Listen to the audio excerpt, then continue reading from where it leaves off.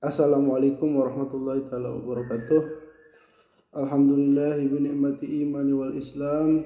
Wassalatu wassalamu ala sayyidina Muhammad wa ala alihi washabihi ajmain, amma ba'du. Anugerah terbesar bagi kita umat Islam adalah sedari kecil kita udah terlahir memeluk agama yang dibawa oleh baginda Nabi Muhammad sallallahu alaihi wasallam ini. Dan sedari kecil juga kita berterima kasih kepada orang tua kita, guru-guru kita yang telah mengajarkan kita, memperkenalkan kita tentang siapa yang berhak untuk disembah, itu Allah Azza wa Jalla, melalui pengenalan tentang sifat-sifatnya, wujud, qidam, baqa, mukhalafatu lil hawadisi, dan seterusnya. Kita hafal betul sedari kecil tentang najuman tersebut, atau sering sekali disebut dengan sifat wajib bagi Allah Subhanahu wa taala, atau sifat 20. Nah, insya Allah di video kita kali ini saya akan ngebahas sedikit tentang profil dari Tuhan yang berhak untuk disembah menurut pemahaman Ahlu Sunnah wal Jamaah. Saya akan menjelaskan hal tersebut secara singkat, ringkas, melalui kitabnya Syekh Sanusi yang judulnya Al-Aqidatul Hafidah. Kitab ini adalah kitab yang sangat tipis sekali, kitab yang mengandung dasar-dasar akidah Ahlu Sunnah wal Jamaah, khususnya mazhab Asy'ari.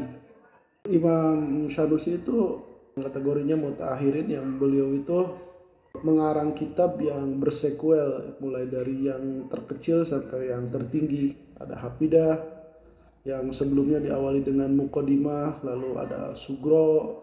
Sugro itu yang terkenal dengan Ummul Barohin. Ada Sugro-Sugro, ada Wusto, ada Kubro. Nah, kurang lebih itulah pengantar dari apa yang saya maksud sekarang ini. Kita langsung saja ke kitabnya. Qala mu'allifu rahimahullah wa nafa'ana bi ulumih, amin ya Allah ya rabbal alamin. Bismillahirrahmanirrahim. Alhamdulillah wassalatu wassalamu ala rasulillah. Segala puji bagi Allah, salawat serta salam semoga tercurah kepada baginda Nabi Muhammad sallallahu alaihi wasallam. Musannif mengatakan, iklam, kita andaikan ada orang yang bertanya, apakah Tuhan itu ada? Lalu musannif mengatakan, iklam, ketahuilah, anna maulana, bahwasanya Tuhan kami, pencipta kami, Jalla wa Ajja wajibul wujud, adalah wajibul wujud, yang ada, dan adanya itu wajib. Maksudnya wajib adalah akal kita tidak mengerti akan ketiadaannya, jadi harus ada gitu. Oh, kan kita juga ada, tapi adanya kita itu tidak harus, alias bisa ada bisa tidak ada. Nah, kalau misalnya Allah itu keadaannya atau eksistensinya dia itu wajib secara rasional. Ini nanti kita akan jelaskan sedikit di bagian argumentasi. Lalu ketika Allah itu ada dan harus ada, muncullah waham manusia atau pertanyaan manusia, dari kapan adanya? Maka jawabannya adalah al-qidam, dahulu. Maksudnya penjawaban dahulu ini maka menegasikan atau meniadakan pertanyaan kapan dari adanya, karena yang wajibul wujud itu tidak ada pembuka, tidak ada awal. Maka Tuhan kami itu memiliki sifat qidam. Lalu orang tersebut bertanya lagi, sampai kapan adanya?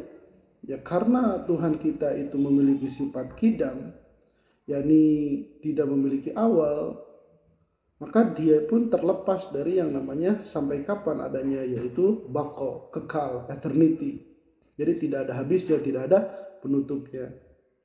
Oh gitu ya, jadi Tuhan Anda itu adalah yang adanya itu harus, dahulu, abadi. Ya benar, Tuhan kita seperti itu. Lalu orang tersebut bertanya lagi, apakah dia itu sama dengan kita, atau bagaimana dia itu? Lalu dijawab, wa mukhalifun li khalqihi. Tuhan kami itu berbeda dengan ciptaannya, berbeda dengan makhluknya, enggak sama. Lalu orang tersebut bertanya lagi, Jika Tuhan Anda itu adalah yang harus adanya dahulu, abadi dan berbeda dengan makhluknya, apakah dia itu berada di suatu tempat atau adanya ada yang menghususkan? Oh tidak, Tuhan kami itu goniyun anil mahali wal mukhassis, yang kaya dari tempat dan yang menentukan, atau qiyamuh binafsih alias independen, tidak membutuhkan yang lainnya. Oh begitu ya Tuhan Anda itu. Ada berapakah Tuhan yang seperti itu? Jawabannya adalah wahidun pijatihi wa sifatihi wa af'alihi. Tuhan kami itu adalah esa, di dalam zatnya, di dalam sifatnya, dan bahkan dalam af'alnya. Jadi tidak ada duanya, hanya satu, hanya esa dalam berbagai macam aspeknya. Jawaban-jawaban ini sudah kategorinya udah dua sifat, ada nafsiyah dan ada salbiyah. Nafsiyah itu wajibul wujud, yakni sifat yang esensial, sifat yang identik, tidak bisa terpisahkan. Seperti kita manusia dikatakan ada. Nah, ada itu kan adalah sesuatu yang tidak bisa dilepaskan dari diri kita saat kita nampak seperti ini. Adapun sifat yang lainnya seperti qidam, baqo, mukhalifun li khalqi, goniyun anil mahali wal mukhassis, atau qiyamuhu bi nafsihi, wahidun pijati wa sifati wa af'alihi, atau wahdaniyat, itu semuanya sifat salbiyah.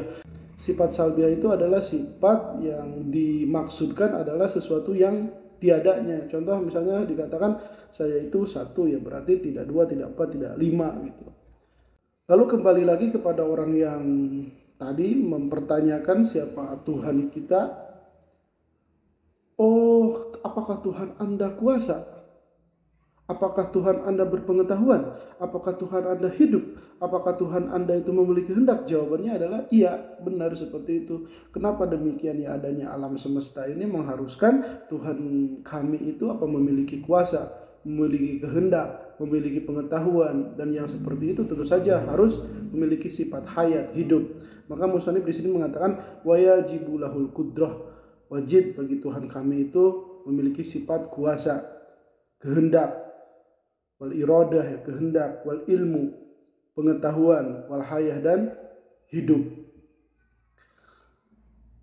Terus apakah melihat, mendengar, berbicara? Ya karena sifat-sifat tersebut adalah sifat sempurna, maka Tuhan kami pun seperti itu. Maka di sini dikatakan wasam'u wal basaru wal kalam. Maka Tuhan kami itu memiliki pendengaran, memiliki pandangan, dan memiliki pembicaraan. Tentu saja sama basor, kalam, kudroh, irodah, ilmu hayat ini merupakan sifat, ya, sebutnya sifat ma'ani, sifat makna yang berada pada Allah Subhanahu wa taala. Oh, berarti sama ya dengan makhluknya? Jawabannya sama. Dari segi sama-sama sifat ma'ani, tapi berbeda dari segi hakikatnya, karena kita meyakini bahwasanya sifat Tuhan kami itu laisya kamitslihi syai'un, artinya berbeda dengan yang lainnya seperti zatnya. Adapun keberadaan sifat-sifat ini khususnya seperti sam'u, basar, kalam, ya ini menunjukkan kesempurnaan, karena menurut akal rendah manusia itu ya melihat sama buta itu sempurnaan mana? Ya sempurnaan melihat. Maka Allah itu mustahil berkekurangan. Jadi Allah itu ya maha melihat. Melihat dengan mata beda ya. Kalau mata itu dia zat atau alat penglihat. Sementara yang kita maksud adalah sifat, yaitu melihatnya. Sam'u juga dia itu mendengar. Kalau ini telinga, alat untuk mendengar. Jadi tidak identik ketika misalnya Tuhan kami itu dikatakan sam'un, basar, kalam, memiliki telinga, mulut, dan mata. Tidak seperti itu, karena ini alat-alat mengindra saja. Maka jika Tuhan Anda itu memiliki sifat-sifat seperti itu, berarti layak disebut yang berpengetahuan, yang maha melihat, yang maha mendengar. Benar sekali itu. Yang kita menyebutnya dengan sifatul ma'nawiyah. Maka di sini musannif mengatakan wa kaunuhu qadiran wa muridan wa aliman wa hayyan wa sami'an wa basiran wa mutakalliman. Maka keadaan Tuhan kami itu qadiron, yang maha kuasa, yang maha berkehendak, yang maha mengetahui, yang maha hidup, yang maha mendengar, yang maha melihat, dan yang maha berbicara. Nah, kurang lebihnya itulah profil Tuhan kami, yakni yang kami yakini Dia adalah Tuhan yang berhak untuk disembah, la ilaha illallah. Nah, maka ketika kita memahami Tuhan kita seperti itu, yakni wajib adanya sifat-sifat tersebut kepada Tuhan, maka akal kita tidak menerima alias memustahilkan bila mana ada lawan-lawan sifat tersebut kepada Tuhan kami. Maka musannif di sini melanjutkan, wa yastahilu alaihi jalla wa aja al adamu wal hudusu wa turubul adami wal mumatsalatu lil hawadisi wal ibtikaru ilal mahalli wal mukhassisi wasyariku wa kadza yastahilu alaihi jalla wa aja al ajju wal karahatu wal jahlu wal mautu was somamu wal ama wal bakmu. Jadi mustahil bagi Tuhan kami Allah Azza wa Jalla al adam, tiada, hudus, baharu, artinya tidak dahulu, datangnya baru-baru. Seperti misalnya saya dulunya nggak ada, kemudian ada, berarti saya hudus. Turubul adam, dan akan tertimpa ketiadaan. Seperti saya udah masa tenggang yang mungkin sebentar lagi yang saya nggak tahu akan terkena ya keadaman, ketiadaan. Wal mumasalatu lil hawadisi, dan yang serupa dengan makhluknya itu mustahil. Wal ibtikor, butuh kepada tempat seperti misalnya sifat biru langit pada kaos saya ini membutuhkan substansi daripada pakaian.